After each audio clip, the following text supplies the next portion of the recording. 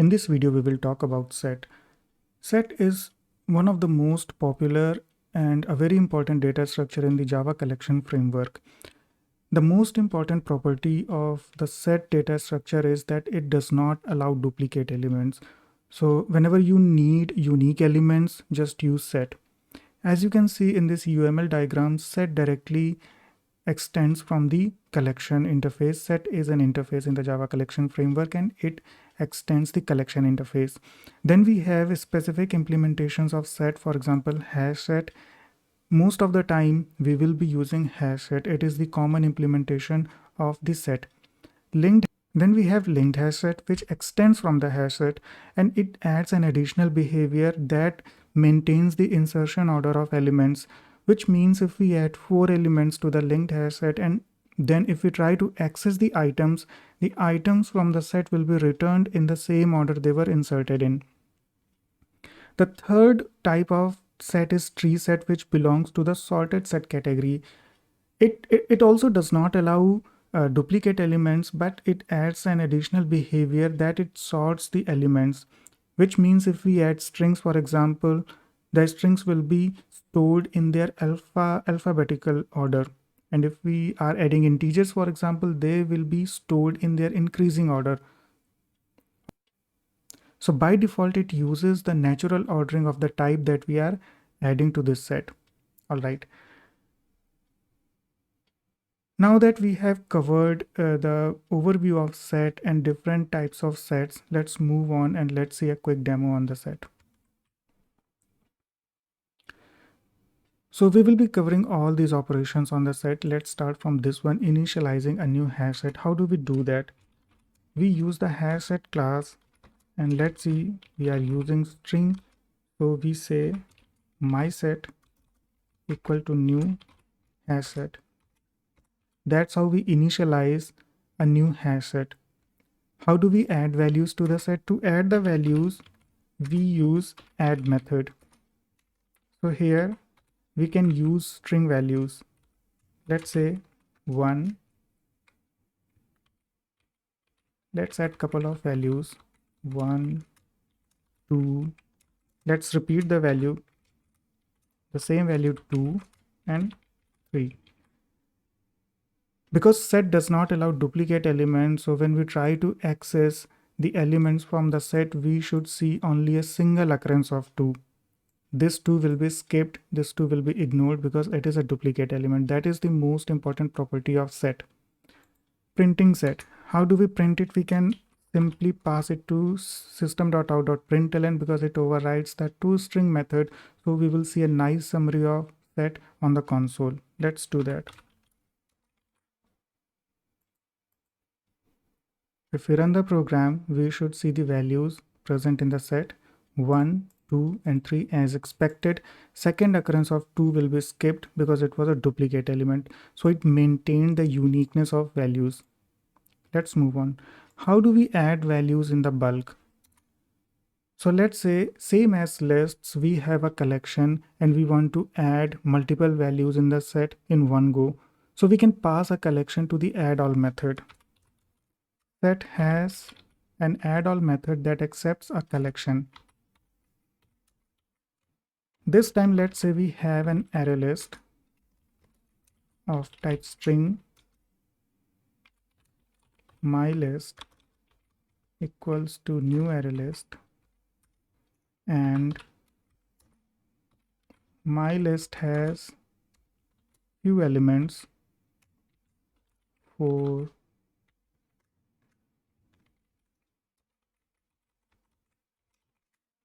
5 and 3 again. So we can add multiple values in bulk by passing the collection to the add all method. So if I say my set.addAll my list, then what it will do, it will try to add all these values to the existing set, and because it already has 3, so this value will be skipped. Let's run the program now. Oh, because we don't have anything to see, so let me print another sys out so that we can see the updated set. This time we see 5, 1, 4, 2, and 3. Now, important thing is, if you remember, we discussed about linked hash set that it maintains the insertion order, but as you can see that when we are trying to print the map, we don't see any specific order because we see 5 first, then 1, then 4, then 2, and then 3. So it does not maintain any order. Depending on the execution, we may see out of order values. Okay. So that is expected from the set. Now, how do we access values using for each loop? We know that all the collections, they implement iterable and they return the iterator. So anything that is implementing iterable, we can use that type in the for each loop. So what we can see, or what we can do is, we can loop over this set using for each like this, and we can simply print the values on the console. Let me put a separator here, for each.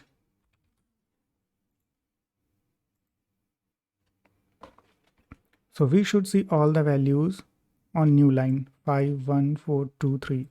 Okay. We can do the same thing. We can access the values using iterator. To do that, we need an iterator of type string because set has string values, and we will call the iterator method on the set.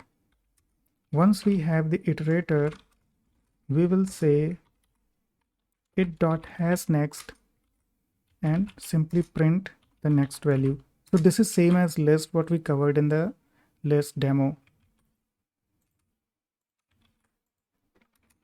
All the collections, they are mostly same in terms of the semantics because they all implement the collection interface.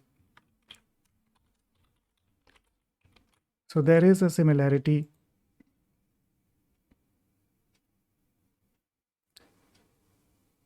So this is what we got using iterator 5, 1, 4, 2, 3.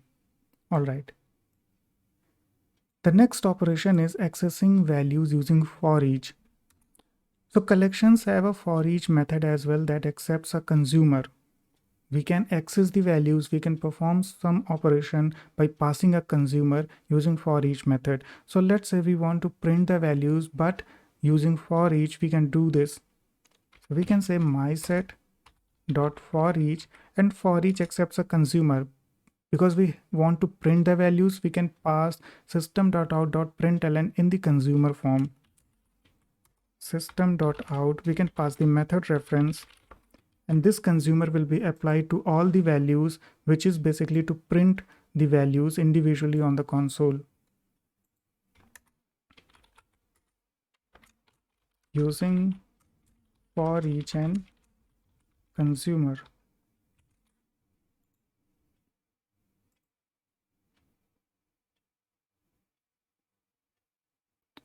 So we see all the values on the console. Next category is clearing, but before that, let's check the size. Same as lists, we can check the size of the set by using size method. So let's print the size and the status if it is empty or not. To do that, we can say is empty. So right now there are elements in the set, so we should see a valid value for the size and false for the is empty because this set is not empty. There are 5 elements in the set, so we see the size 5 and false for the is empty.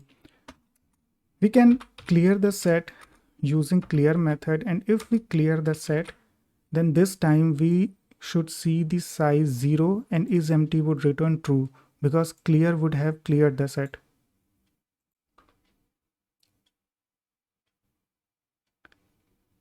And this time we see the size 0 and is empty true. So let's comment the clear for now. All right. Next thing is contains check. Now the most important use case of set is to add the values and then use the contains check. All right. because it is a constant time operation in the set. That means if we have a huge list of values and if we quickly want to check if the collection has a given value, in that case the efficient way is to add all these values to a set and then just call contains by passing a value. It will try to return the value in the constant time performance depending on how evenly the internal hash map has spread the values, which is something that will be covered later. But this is the most important use case of set, to check the existence of a given value. So considering we have 5 values, we can say my set dot contains, let's say, 2, and because we have 2 in the set, so it will return true here. As you can see, there is no method to get the value except the for each and iterator. There is no get method in the set. So the idea of using a set is to add the values to a set and then perform the contains check to check the existence of a given value. Sets are optimized for this kind of use case. All right. How do we remove an element from the set? Which is simple. So we have remove method. We can pass a value. We can pass a collection if we want to remove values in bulk, and we can pass a predicate if we want to remove values depending on a condition. All right. So let's try to remove a single value to show the usage of remove method. So let's say I want to remove 3, and after removing 3 we should print this set.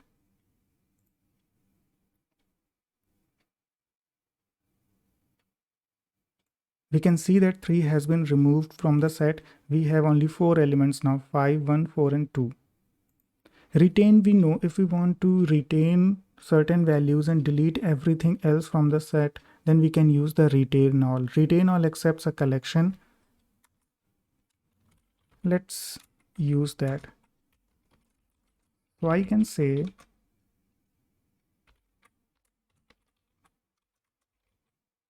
new array list. So I can say retain 4 and 2, but remove everything else from the set. To do that, I would say my set dot retain all, keep these, which means keep only these values and delete everything else from the set. And if we print this set after that, we should see only 2 values in the set, 4 and 2.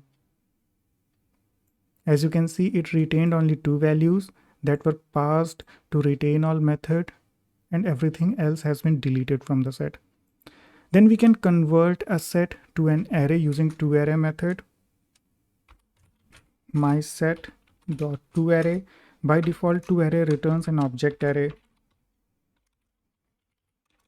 which may be needed in certain cases. But if we want the correct type of the array, or because this is a string, because this set contains string values and we may need a string array in return, in that case we can use my set dot toArray, this one, and we can pass an empty string just to denote or just to clarify the type of the array. In that case, in return, we will get a string array because we provided that type in the toArray method. Then we won't be covering stream here because there is a separate playlist that focuses on lambdas and stream, but we will see a very small example of stream here. So we can say something like this: my set dot stream dot collect toList, collector dot toList. So that will simply return a list of values. So we can say from set. and we can print this list.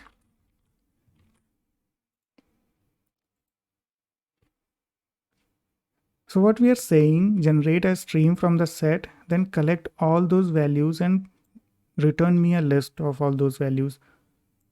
So we got the list in return, and this list has 2 elements. Now there are so many things that we can do stream, and I would recommend to go through that playlist. Okay, so that is mostly everything on the hash set. Then with the linked hash set, what we can do, we can see how do we initialize a linked hash set, which is a specialization of hash set which maintains the insertion order. So we can say linked hash set L set equals to new linked hash set. How do we add? The process is same. We use add method. So let's see 1,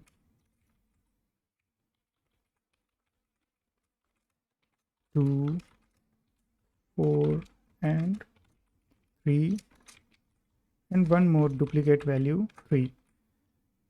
It also does not allow duplicate elements, but it maintains the insertion order. So notice the order in which we are adding values: 1 followed by 2 followed by 4 followed by 3.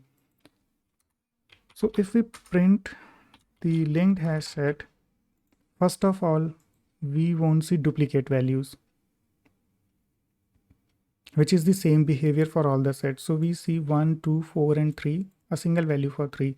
Second thing is, if we try to access the values from the linked hash set, let me put a separator first.